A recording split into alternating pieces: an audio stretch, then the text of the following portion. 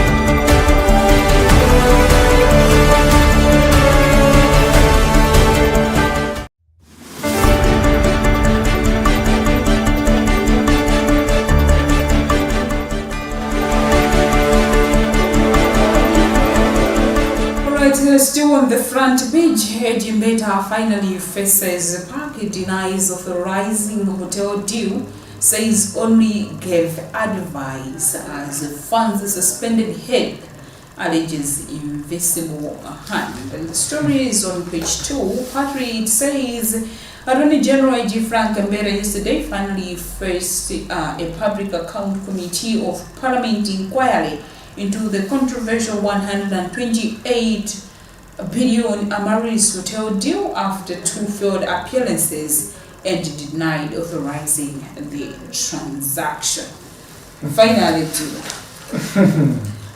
mlangizi wa boma pakaniza malamulo Frank Mbera anakaonekera ku nyumba ya malamulo yolondoloza chuma cha boma imene kuchita kafukufuku okhudza TV imene ya Amaris hotel atalipira kupitako kwa maulendo awiri. Yes.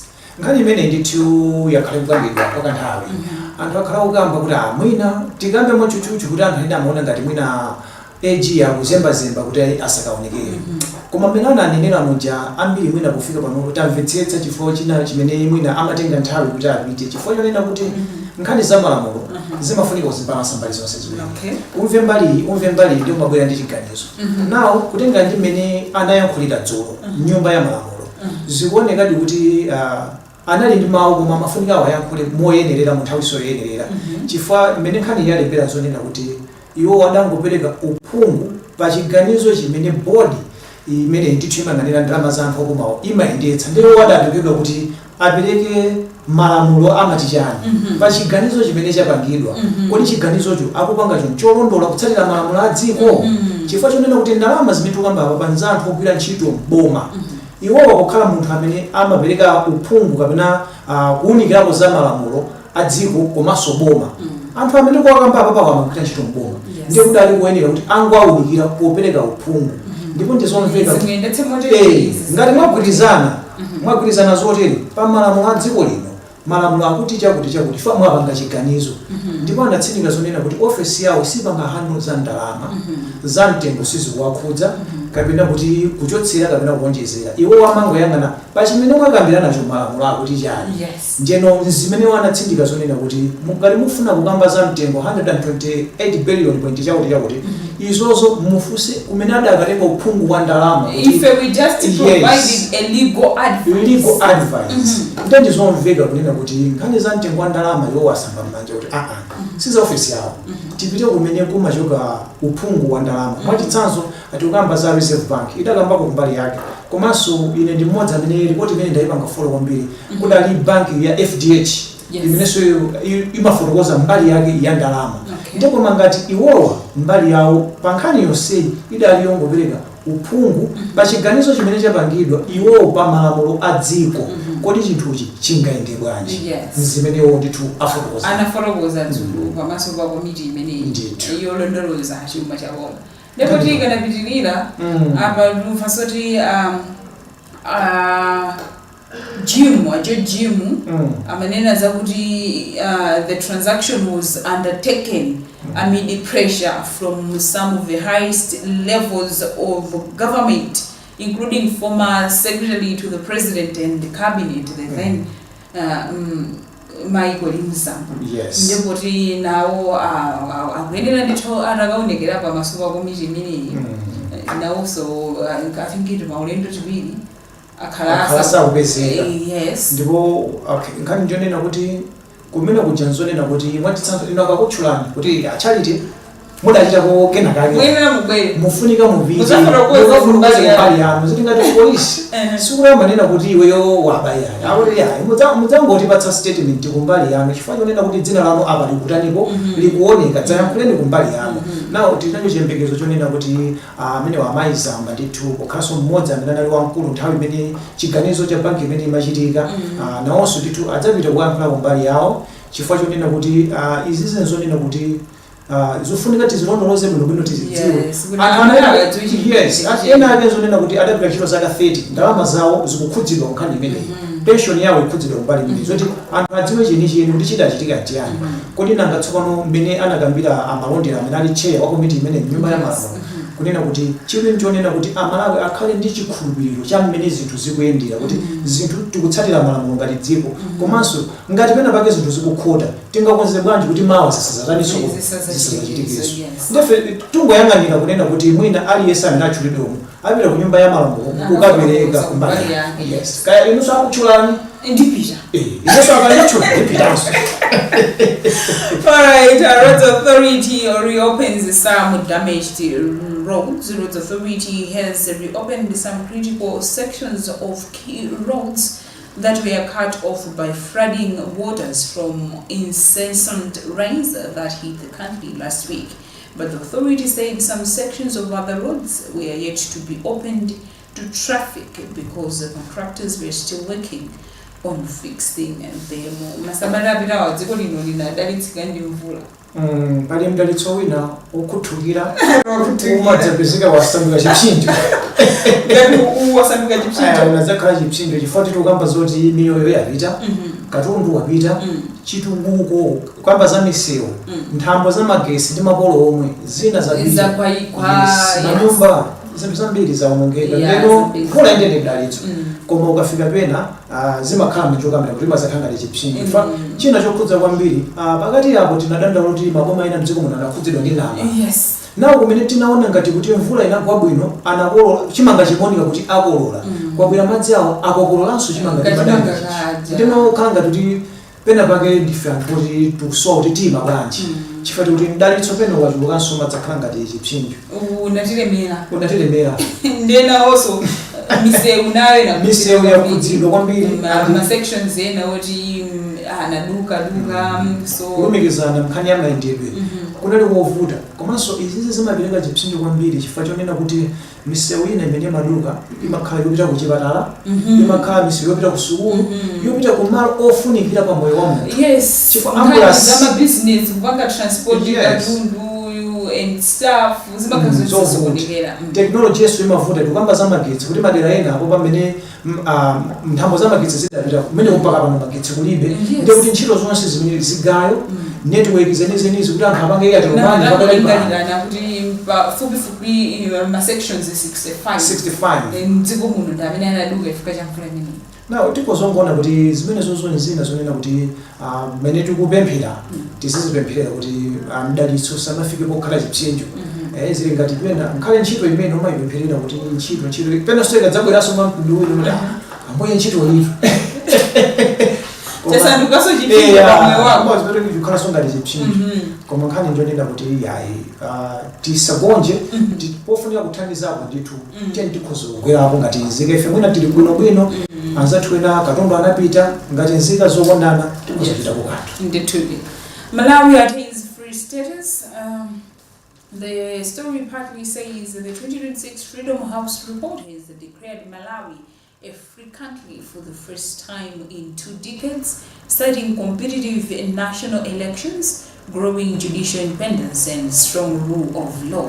Malawi's recognition alongside Bolivia and Fiji, according to the report, lifts approximately 35.5 million residents into the free category. Ayi ndinkhani yabwino ati chisankho chita ndichomwe chapangitsa zimenezi kuti we should attain this status. Timanena kuti pali zinthu zina iwewo kamaziona kufazire nyumba mwako maziona azopepuka pamene ena ndinakuzonera kunja amatha kumaona kuti apoto pali zinthu zabwino nawo mwanjira ine ife timakhala tikulozana zala mwina zifukwa machitika yes koma mukazaona mabungwe ma-observers amene amabwera acha ripoti limene amakapereka kunjako zimakhala zinthu zabwino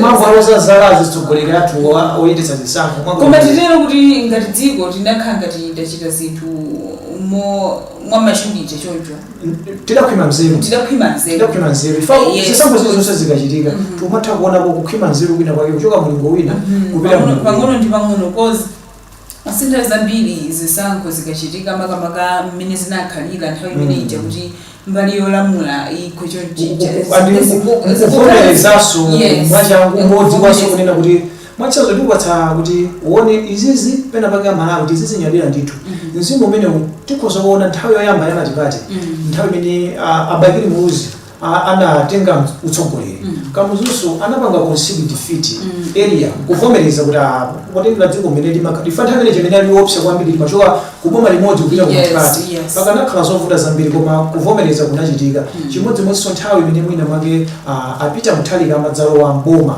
nthawi imene yonso padali zinthu zambirimbiri kuvomereza kumene kuti achitika kugawana mphamvu kuchoka kwa Joyce Banda kupita kwa iwo zabwino bwino ndithu apaso taona ndithu mmene abwereranso muthalika kulowa pampando ndachakwera kusinthana komanso china chitsanzo chimene tiziona kuti tikukula muzaona azitsogolera athu okumawa mayi wena amatha kuwakumbukira ndithu ta kukachitika china chake amayitana kwa asogolera tabwerani mudzakhazikitse kubata kusonyeza kuti ifeyo ndalezi tisamazitengere pa mgomo kubwerekana tili nayo mbiri yabwino tidziteteza kumayalira.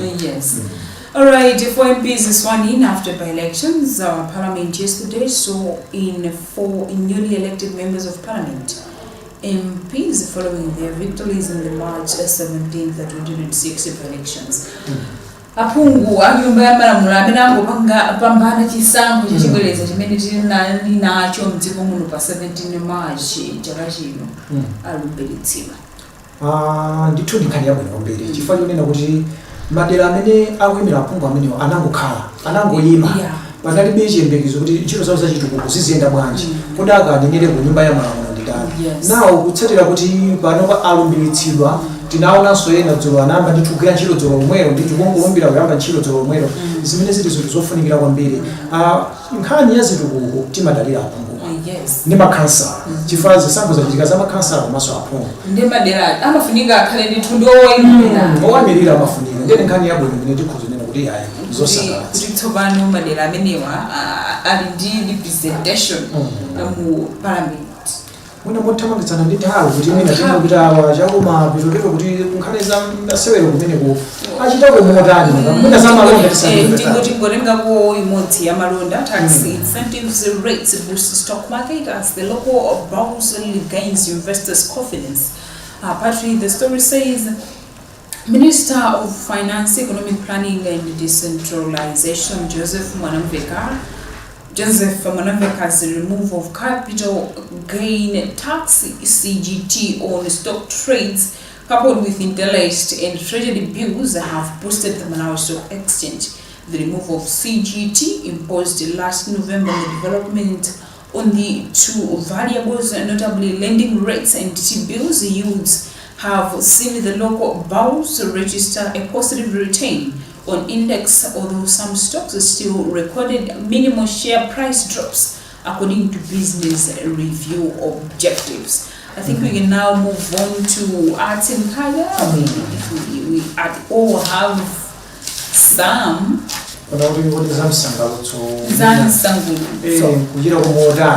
yes. All right. Germany, Malawi, and dancers corroborate. Artists from Germany and Malawi have teamed up in a dance project called Catharsis Tontola, which was developed through the Luntha Hanover cities. The production manager Jack Musumba said the production is an improved contemporary dance work featuring live music and movement to explore the idea of catharsis, emotional release, and purification through performance. I think in the so yabu. Na nkani mene ndithu nkani yabwino za sangalotso komanso ngati mmatha kuvina pali kuvina kongoti kugwedezeka ndepali kuvina kuonena kuti mkomanena kuti achalita kuvina ambiri ife timangogwedezeka ndapaka ukamba za mavinidwe osema mavinidwe tukhozola waleti kapena pali ena umati koma bono mwamba kodi nyimbo ikuvinidwa apa ndiyo kapena kule wake uti ndikabhitika chiko mu nyimbo mu kamene kakugwirizana ndi madansi amene akuchitika apa kumango chola dance bora lewa kwedera isipo. On the very back page of the Nation newspaper, Flames off to Four Nations tournament. Partly the story says the Flames will today fly out to Francistown, Botswana for the Mukuru Four Nations tournament set for March 28th. to 31st. Apart from the horse in the Malawi national football team, the other teams are Zimbabwe's Warriors and Zambia's Chingoroko. Nkani yabo nemeneyo. Udengera timu yathu. Timu yathu. Ili mbili yake. Yokulobita. Sungane neretu sitanika timu. Komabe iyi ndikhani yabo yoyera kwamputisa amene Kalisto Pasowa kunena kuti tinampatsa udindo onena kuti wonse timu imene izipanga compete iziwina zinthu zabwino ndiye kumene kundipikisano maiko onsewo kunati muone maiko fula kuti onsewo akuyenda pincha nkhani za masewero Zambia takati kuyidalira pakati pa koma pano pa yawo pasi Zimbabwe chimodzimodzi Botswana ayo bola ko Botswana pakati inazakazilinga za Malawi dali sakudziwa kale ali sakudziwa ndeno ni maiko okaoka tikuzuti angotenga napo ndeno afuna akadzitolere akapikisane otobokawo kuti ngati ukufuna kuyikhulupirira yes isankaweka konzekeraso pana donto mabibi komani nkhani yabwino kuti koja present timu yokhazikika tizidziwa kuti first 11 ya timu yathu ndi ndipo komanso timu ndiyo kumeneko kunena kuti aye ife tingowafunira zabwino zonse ayende bwino malizatsi tidzatsatira bwino tiziva popha zibwera pano kutiuza kuti aye zimotere amabwera zonse mwatsalanetsala chiyembekezo tinacho kuti aye azitipatsira kuti kumeneko akuchita komotani tayimina zingati tayichinya zingati atifotokozera apa ndikupatseni mwayi muwerenge story yomaliza musankhepo international sports koma muna makamaka popeza kuti pabodzi pano palizochitika zambiri nthawi sitilola chite motero sitilola yes koma tingotsindika monena kuti newspaper imene ndi 4000 ndi 4 okay yeah ifarika mfano zonse ina sakula abatsika monena kuti akagule simuna thawi mwina timi yanu yalusa kumene of course ndikuthawa ine ndwasi ndeso nufuna kamba zambiri ndwasi ndino ifasino tikada tipambindikiro ndinaonelali kuti kuthawa kukusika bwino ino amaniwo mufuna kuzipagaza ife tingonena ku the nation kodi amene mmalimbana nawo ndi amaniwo kali panamba chani tilibe nazo atendi koma khani ti newspaper in 4000 the nation newspaper yes komanso the daily times akaipeze khaso mtembo kadomwe ndikwakenwa 4000 tibereso mawa nine koloko ndi the press review yes ndipo program ya lero munali ndine Charity Chilanga kumaso nzangali Alison Banda. Continue watching Luntha television for the rest of our programs. Good morning.